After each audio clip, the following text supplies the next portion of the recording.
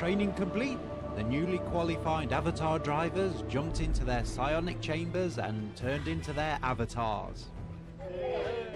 They were certainly a crowd puller. The majority of them were the staff from Big Meadows Lodge. Body guard, let's go. Come on, look here. No.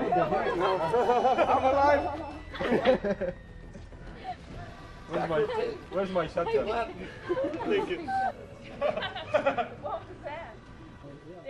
I guess that certainly brightened up their day at work.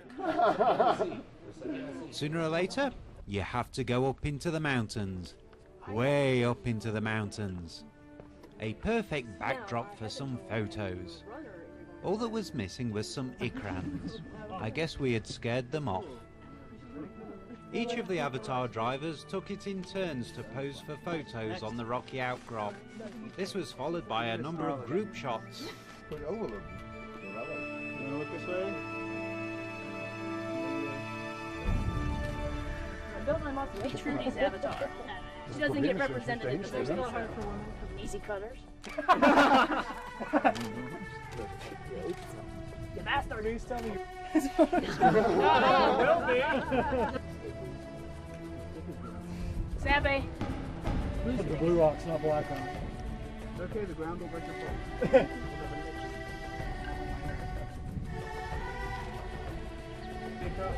And the glass off, and then. What was that? Little lower, little further.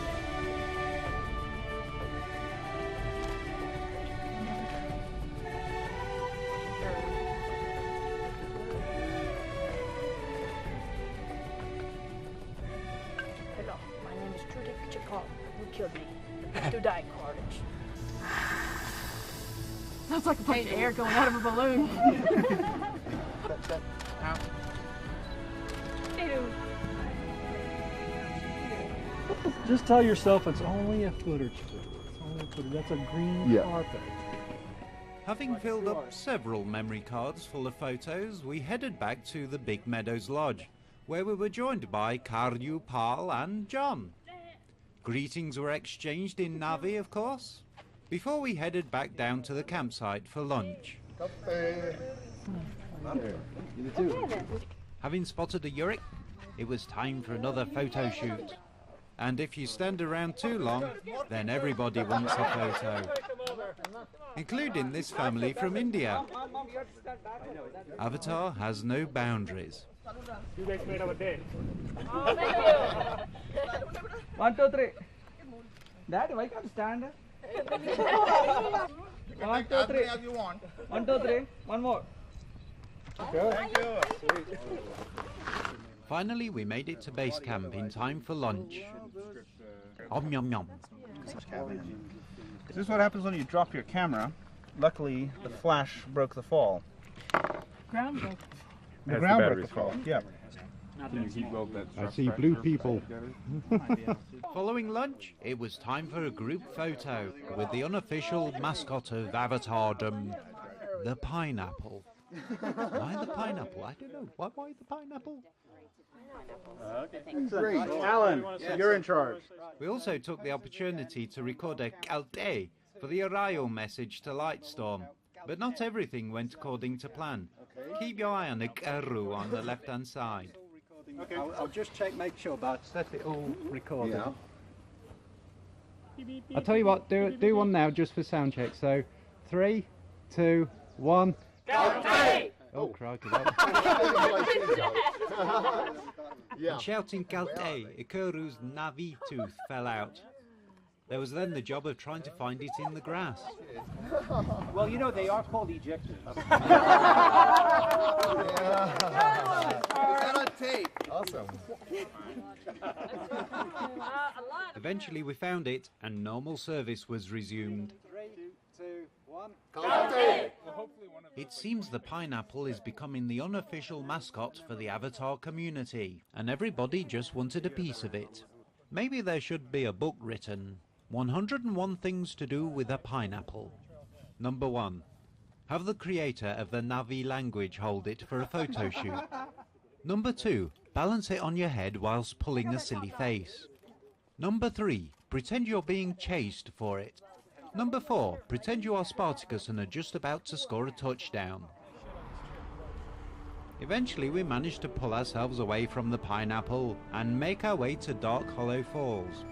On the way, somebody stopped asking the way to Hell's Gate, but Wiesel replied that he only knew the way to Pandora.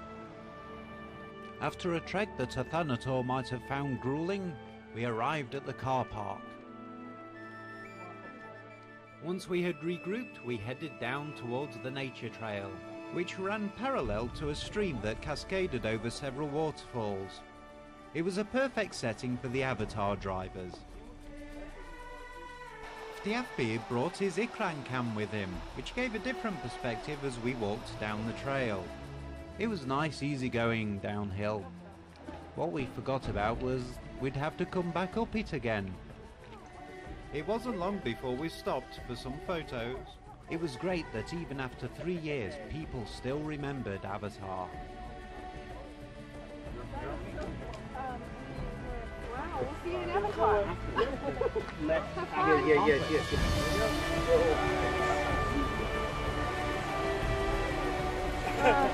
Have a good one. The trail presented no end of photo opportunities, even if some of them were a bit precarious.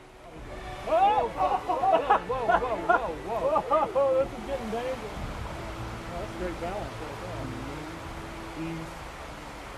It's really easy to track wild cats.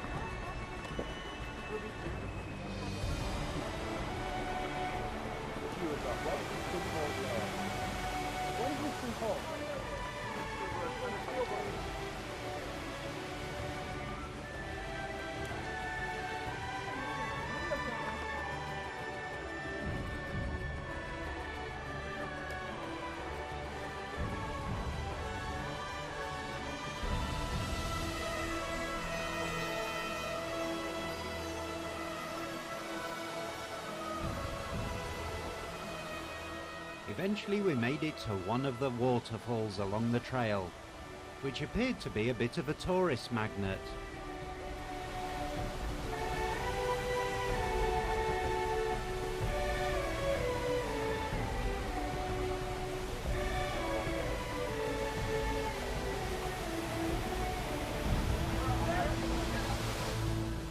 Leonoptrix gave up trying to keep his feet dry as he tried to get the best camera angle.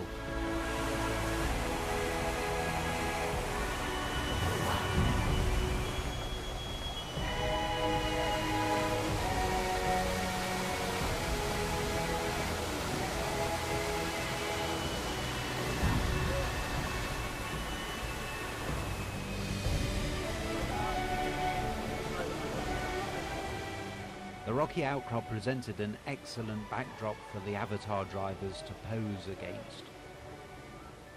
We decided to go further down the trail to the very base of the waterfalls. Along the way, our resident naturalist, Braden, went exploring, although he didn't appear to find much this time.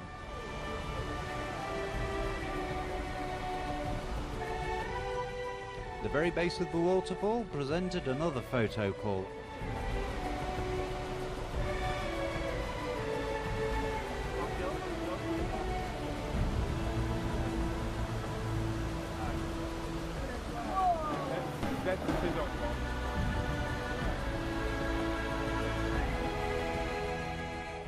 Of course, being at the bottom of the falls meant we had to climb all the way back to the top, and it was of Ichneumea proportions.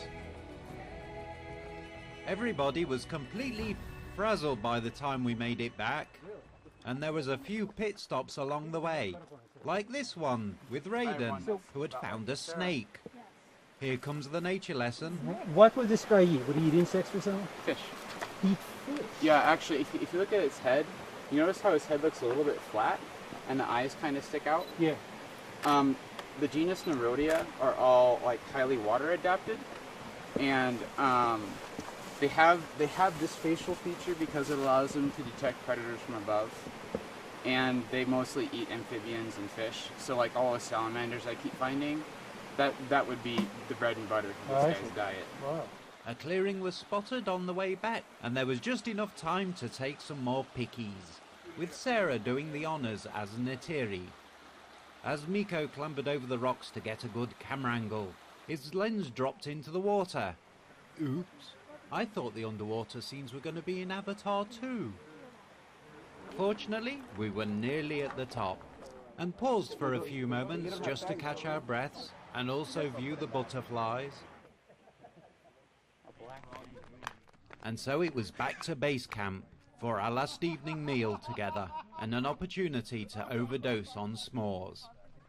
The evening was spent recording our Irayo messages to Lightstorm before the light faded, after which the evening meal was prepared, and Ikuru presented an ikran that had been made by Blue Elf. Blue Elf from the Czech Republic made this ikran plushie as a mascot for the meetups, and he brought it with us to Berlin. I have the honor to bring it over to this place. I have no idea why I have chosen Jasnu, but he will be the one who will take it and bring it to the next meetup. Yes? It's an honor. It's an honor. Thank you. Yeah. And I hope we will see that again in Germany. Yes. In Yes. 2018 or so. Yeah. Maybe sooner than you think. Yeah. Oh, great. Great. Yeah. I suggest a traveling pineapple. Ooh, now that was Yeah. A plushy pineapple. I'll be on the lookout You for one. are Yeah. that one thing I will do.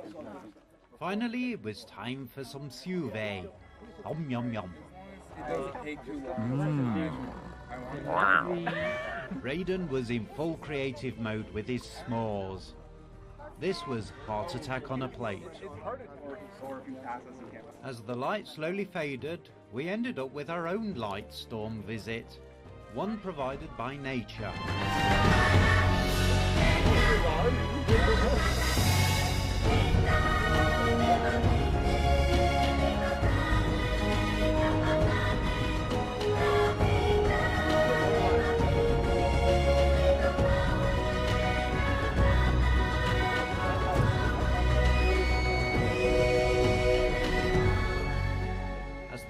Dragged into night, we switched over to the night cam. Nature was still providing its entertainment for us, whilst AvatarMeet 2013 was rounded off with a s'mores.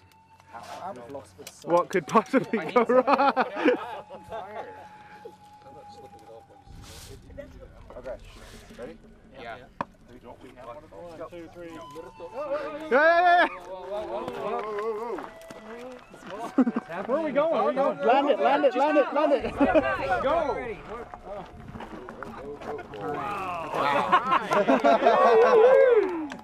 Yeah. We got some light over here?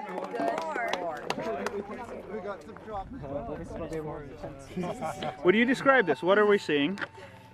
We're seeing a feat of human engineering that almost went very badly wrong and only went slightly wrong. They were Slash a mess. Yeah. And what is this called? A s'more. A giant s'more. Wow. Wow. Yeah. Wow.